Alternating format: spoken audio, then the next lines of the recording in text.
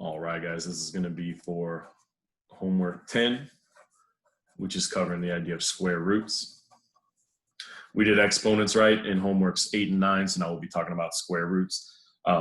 Just to be clear, I'm going to throw some little extra here at the beginning. This is not something you need to know for your homework, but it is something that you're going to want to know just for the future. Square roots can be written as exponents. Again, you do not need to worry about this, okay? I'm not going to ask you to do this in class. We're not going to be converting exponents and square roots. But just FYI, remember in order of operations how it goes, grouping symbols and then exponents and roots at the same time. This is why, because they're actually the same thing. Again, this is not something you need to worry about in terms of being on the test or anything like that, but I think it's important to start off with just so you can understand square roots are just kind of a type of exponent. They're just weird. So we're not going to treat them as exponents, but to me, it's always a good thing to let students know that right away, square roots and exponents are actually the same thing. All right. So square roots, what do we know about square roots? Well, just in general, you guys know what a square root is. If I ask you for the square root of, we'll just say X for whatever number. What I'm asking you is what number times itself, right? What number times itself? And that's the key word there. What number times itself makes X, right? You know, basic stuff, you know these. I'll write down the basic roots you should know already here. All right, if you don't, make sure you know these. These will come in handy here. What times itself makes 0? 0, right? What times itself make 1 is 1. So we'll just go through the basic roots. You should know these already, but just, you know, just in case. What times itself makes 9 is 3. What times itself makes 16 is 4. These are considered the perfect roots, right? Clean roots, some people call them, perfect roots, whatever. All right. So I'm just going to go through and write these down. Make sure you know these. You should. This is part of like sort of the course prerequisite knowledge. We expect that you do know, you know, your basic roots like 1 through 100 or whatever. Just because it helps in computation, it'll help, you know, it'll keep it from slowing you down. I'm going to add one more in at the bottom. You might, oops, I goofed it up. I'm going to add one more in at the bottom. You might not know. Let me see if I can do it correctly. That's the first part, right? So we got, you know, 0 through 10 here, which these I do expect you to know. And it wouldn't hurt you to know 11, you know, times 11 is, because think about it, it goes backwards, right? 10 times 10 is 100, 9 times 9 is 81, 20 times 20 is 400. So it's good to know these things. Ignore that one there. I kind of goofed that up. And 11 times 11 is 121 and stuff like that. But again, you know, there's only so far I expect you to know. I would go ahead and know that the root of 100 is 10 and the root of 400 is 20. You'll see why here actually very shortly when we start talking about kind of trying to bound roots or trying to figure out where roots would fall. But for now, anyway, learn those roots. Make sure you know those basic ones, and that'll help as we go here, okay? Couple properties about roots we'll start with. Again, this is actually a pretty short lecture, you guys, so hopefully that'll ease your burden a little bit. This will be a pretty short one. It doesn't mean it's, you know, something you need to blow off. Pay attention to it, but this should be a pretty short one. Just recall from our discussion, actually this is from homework 1. Remember, we said the root of a number, if it has a whole number answer, right? Like the root of 9 is 3, that's rational. It's also could be an integer or a whole number, but the key here is it's rational. And remember, we said the root of a number that is not whole, or well, that does not, yeah, we'll say does not have a whole number answer. That's probably a better way to phrase it. Does not have a whole number answer. What did we call those? Those were irrational, right? So again, an example, the root of 9 is rational because it's 3, right? If I ask you for the root of 10 though, do you know that?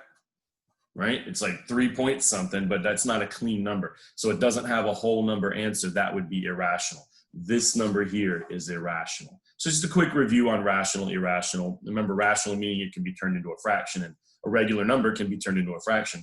A number like root of 10 is going to give you a decimal that does not repeat and does not end, even if it ends in your calculator, it's just because the calculator ran out of room. So remember, square roots of numbers like that aren't clean, like the 10 and 11 and 12 and things like that, those are considered irrational. There will be a couple review questions on that in the homework. As far as negatives go on square roots, can you have a negative on the outside of one? Well, sure. It's just like having a negative on the outside of a parenthesis, right? It just sticks around. We didn't do anything with the negative. It's still there, and the root of 25 is 5. No big deal. What about if you have the negative on the inside of the root? Well, that's a little bit more of an issue, because what I'm asking you is what times itself makes negative 36, right? And certainly 6 times 6 does not work. That makes positive 36. Negative 6 times negative 6 does not work, because that makes positive 36. And you might say, oh yeah, well, 6 times negative 6, that works. Well, no, it doesn't, because remember what we said, roots have to be, what I'm asking you is what times itself, meaning what two of the same number can make negative 36. You will get it from a positive and a negative, but that's not a square root, because that's not the same number. You can't get it from two negatives, because that's a positive. You can't get it from two positives, because that's a positive. So if you slow down and you think about what I'm saying here, is you can't take the square root of negative numbers, because it's impossible to get a negative number from multiplying two positives or two negatives. The only way to make a negative number is by multiplying two different signs, and then they're not the same number. And that was the whole point, remember? Back to the root. What number times itself? So for a square root of a negative number, the official answer is no real solution. The homework might tell you to put DNE or something like that. That is technically not accurate, but it's all right. The same idea, it can't be done.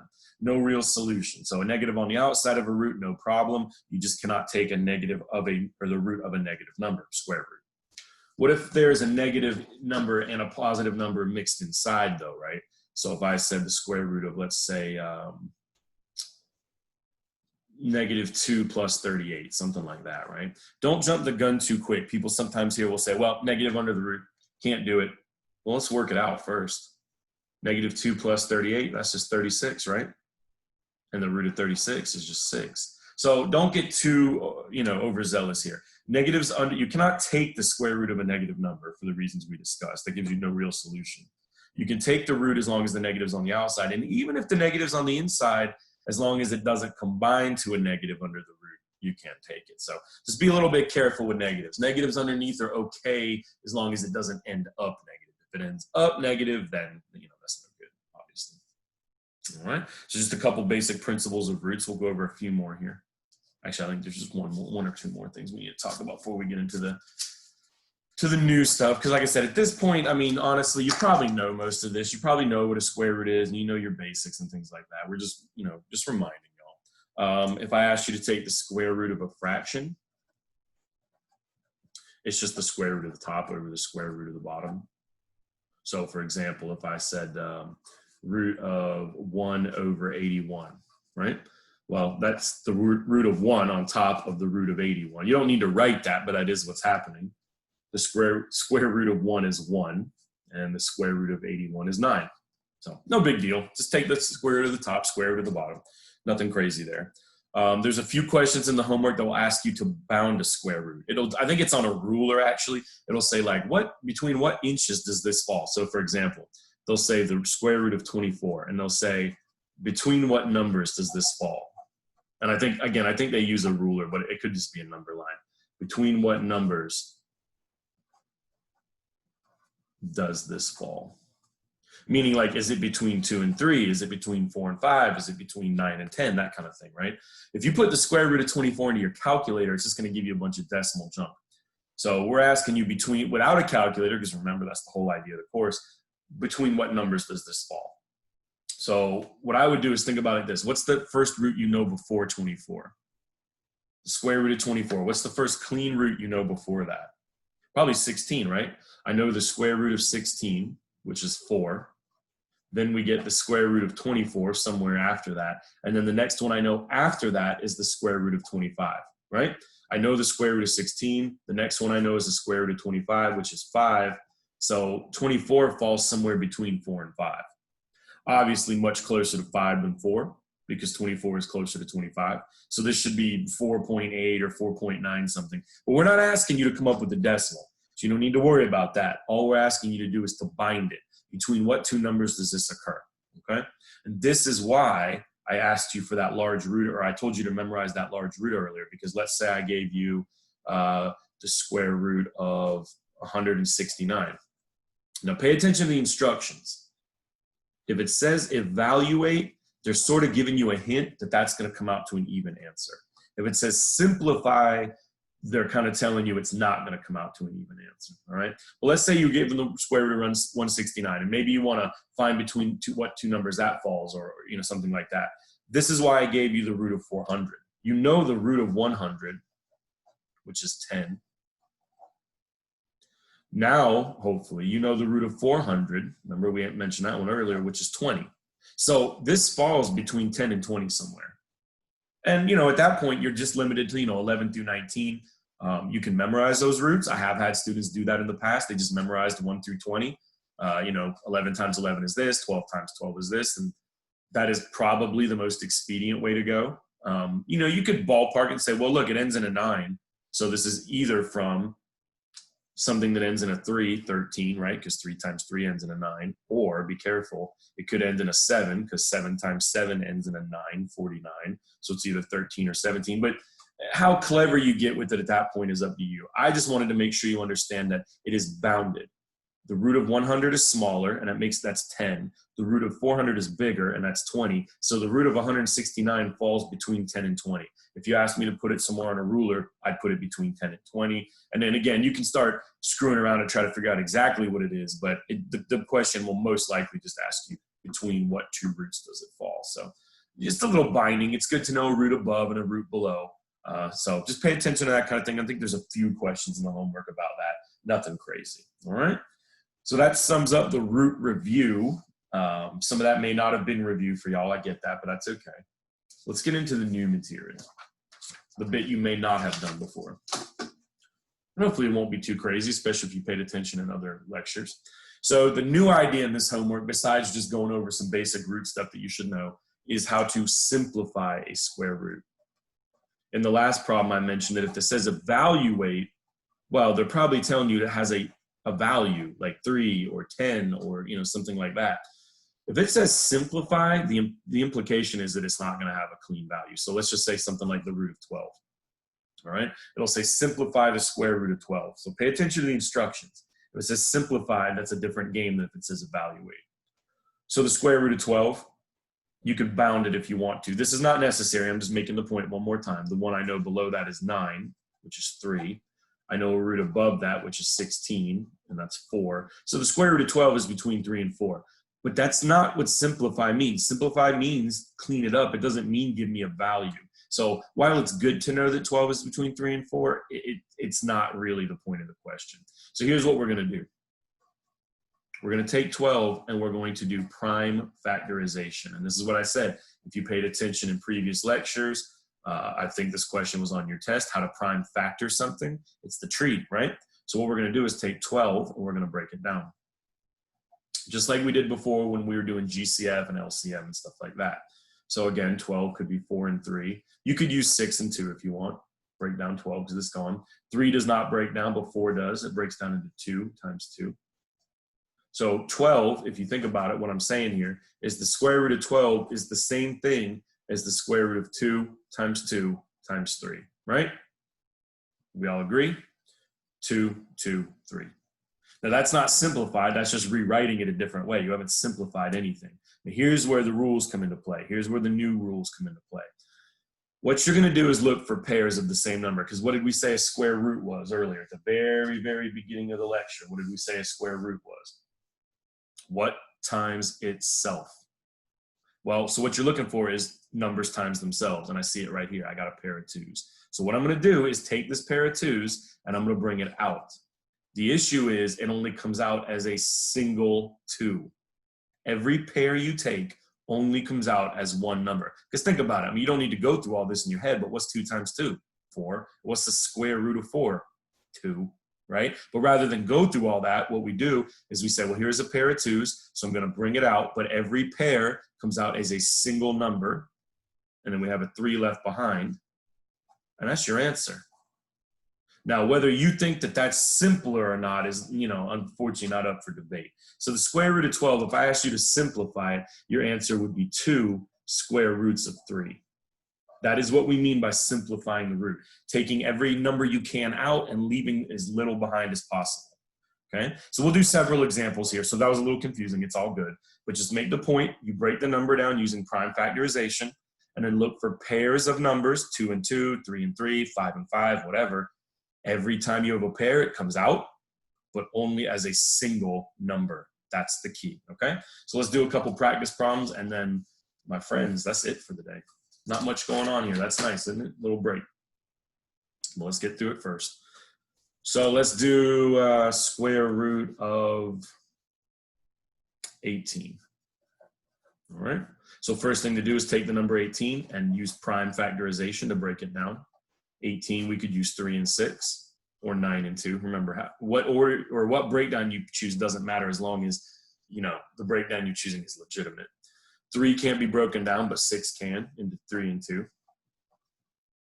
So what we have here, the root of 18 turned out to be a 2 and 2 3s. So what I like to rewrite it, 2 times 3 times 3. And remember, it is still the root of 18. That's all we've done is taken the root of 18 and just rewritten it in prime factorization. The root is still there. Then we go through and look for pairs. Here's a pair of 3s. Every pair comes out as a single number, and that's the key. So I'm not taking 2 3s out. I'm taking 1 3 out for the pair, and that 2 is going to stay behind. And so the root of 18 turns into 3 root 2. So make sure this is making sense to you. Take a minute. These actually were, you know, backwards of each other, right? We had 2 2s in the last one. This time we had 2 3s. You know, it is what it is, okay? Let's go ahead and do another one. Let's do square root of 72. And again, the instruction here would be simplify. So take 72, break it down. Any way you know how, 9 and 8 maybe. And then 9 can be 3 and 3. 8 can be 4 and 2. And then 4 could be 2 and 2. Be careful, make sure you use the multiplication and division here.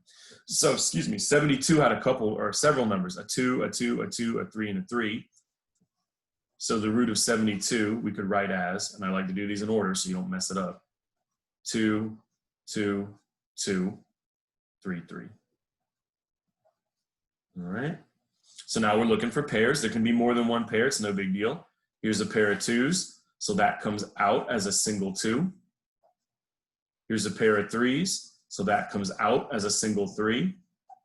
And this 2 here is the only one left behind. So on the outside of the root, we have a 2 from the pair, a 3 from the pair, and this 2 that was left behind just stayed there. If you have multiple numbers on the outside, the whole thing is multiplication, right? Everything is multiplied. 3 times 6, 3 times 2, 3 times 3. It's all times. So if you brought out a 2 and you brought out a 3, 2 times 3, you brought out a 6, and what you left behind was a 2. So hopefully that's making some sense.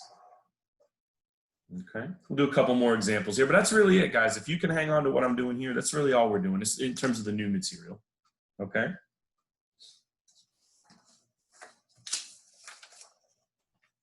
So, what if it's a large number? Well, it doesn't really change anything at all. So let's do square root of 300. I would, you know, your breakdown can take a long time if you sit there cracking at it with 2s and stuff, but, you know, it's up to you. So 300, let's go ahead and just do 30 times 10. That's the way I like to do it. But again, how you break this down is totally up to you. As long as your breakdown is legitimate, you should get the same numbers. 10 would be 2 and 5. 30 would be 6 and 5. And 6 would be 2 and 3. So take a minute, make sure you agree. I got 2 2s, 1 3, and 2 5s. So the square root of 300 turned into 2, 2, 3, 5, 5. Make sure you count for all of them. 1 2, 2 2s, 1 3, and 2 5s. Now we're looking for pairs. So here's a pair of 2s that comes out as a single 2. Here's a pair of 5s that comes out as a single 5. Remember, they are going to multiply. And the only thing left behind was the 3. So just clean the outside up. You took out a 2, you took out a 5. So what you took out was a 10, and the 3 stays behind. This is not the only way to do these. You might be sitting there going, well, 300 is 100 times 3, and the root of 100 is 10. I'm done. Yeah, true. I don't care how you do them. But just so you know, in the future, meaning like MGF1100, MGF1100, you're going to have to break down cube roots and fourth roots and things like that. And this is the method we use for higher level roots. Is there an easier way to do square roots? Yeah, probably. But this method that I'm showing you now works for any root. If we were doing a fourth root, you'd be looking for sets of 4 of the same number. If we were doing a cube root, you'd be looking for sets of 3 of the same number. So the reason I'm showing you this technique, although it may not be the quickest, is that this is the technique we will use on higher end roots too. So when you get into classes in the future and the teacher mentions, you know, using this method, you'll be familiar with it. Let's do one more here. All right, let's do a couple more actually. Let's do 2 more. Let's do the root of 30. This is a nice mundane one that really messes people up. I think I threw this on a test a couple of semesters ago and the results were kind of crazy. Because people, you know, they had the answer, but then they didn't trust it. And that's part of it. You got to be confident enough with what you're doing to know when what you've done is right. So 30, we can break that down to 3 and 10 maybe. And then 10 we can break down into 2 and 5. So 30 is the root of 2 times 3 times 5. Right? 2, 3, and 5. The 10 is gone. And you say, well, all right, there's no pairs here, so now what? Well, then that means nothing comes out. You couldn't take anything out, so all you're left with is root 30 in the end, because 2 times 3 times 5 is 30. So sometimes roots cannot break down. They'll ask you to simplify a root, and it does not simplify because nothing comes out, in which case the answer is what they gave you. Think about the root of 10. How would you break 10 down into 2 and 5? Would you have any pairs there? Nope. So the root of 10 cannot be broken down. There's several roots that cannot be broken down. The root of 10 cannot be broken down. The root of 15, right? Because 15 is just 5 and 3. The root of 6, because that's just 2 and 3. So there's a lot of roots that don't simplify. So don't panic if that happens to you. There's nothing wrong. It just means that root doesn't simplify. The only other thing I wanted to mention here is what to do if there's numbers on the outside of the root already. And the good news is it's not very different from what we just did a few minutes ago. So let's say I said 4 root, what's a good one? Let's do 24. And it said simplify. What you need to do is view this as a 4 that was already taken out. You know, we took out a 2, we took out a 3 or whatever in the previous problem. So just pretend somebody already took out a 4 and then continue on as normal. So the first thing we're going to do is break down the 24, which could be 2 and 12. Again, how you break it down is up to you. 12 could be 4 and 3, and 4 could be 2 and 2. Right? So 24 breaks down into 2, 2, 2, and 3. 3 2s and a 3. This 4 on the outside I've not done anything with, so we'll just worry about that in a minute, okay? So right now we have the 4 on the outside, and then underneath the root I have 2, 2, 2, and 3. Okay?